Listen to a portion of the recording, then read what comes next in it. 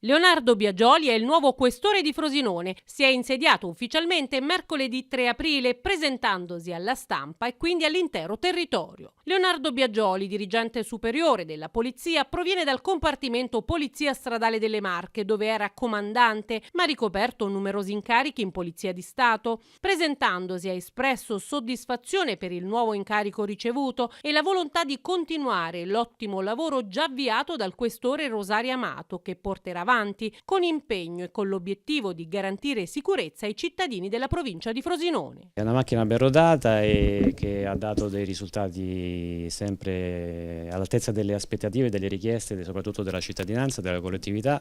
e quindi diciamo, chi ha un incarico di questo tipo, al di là dell'orgoglio, della soddisfazione e ovviamente della grande gioia anche dal punto di vista professionale, sente subito il peso della responsabilità di iniziare subito a lavorare con il massimo impegno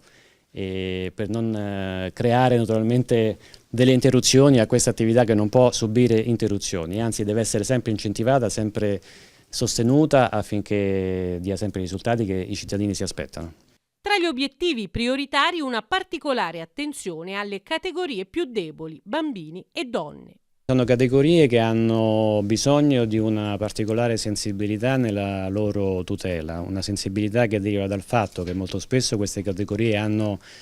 una difficoltà oggettiva di far arrivare a chi può aiutarli il loro messaggio, il loro grido di aiuto. E possono essere delle voci sussurrate, dei piccoli segnali, possono essere appunto a volte anche soltanto dei sospetti.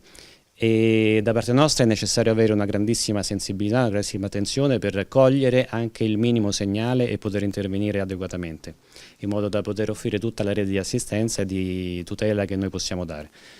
È un problema che riguarda soprattutto la nostra attenzione, la nostra sensibilità, e quindi siamo noi a dover prestare attenzione a questi segnali e a non sottovalutarli mai.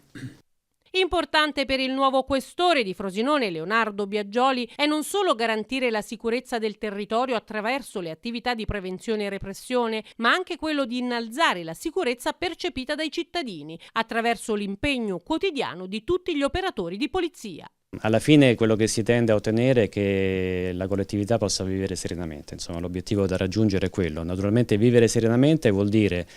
essere al riparo naturalmente da rischi, pericoli che possono derivare soprattutto dalla criminalità, dalla microcriminalità e da tutte le varie illegalità in genere. Ma questo non basta se poi a questo non si aggiunge anche una consapevolezza di questa sicurezza che aiuta a vivere più serenamente. A volte situazioni che hanno un grande impatto dal punto di vista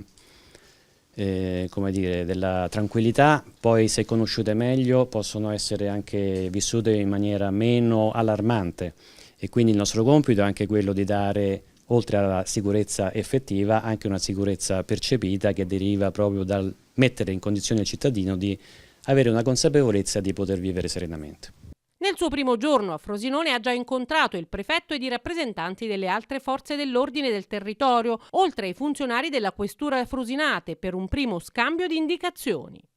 Sì, questa mattina subito mi sono incontrato, dopo naturalmente il ricordo e il pensiero ai nostri caduti,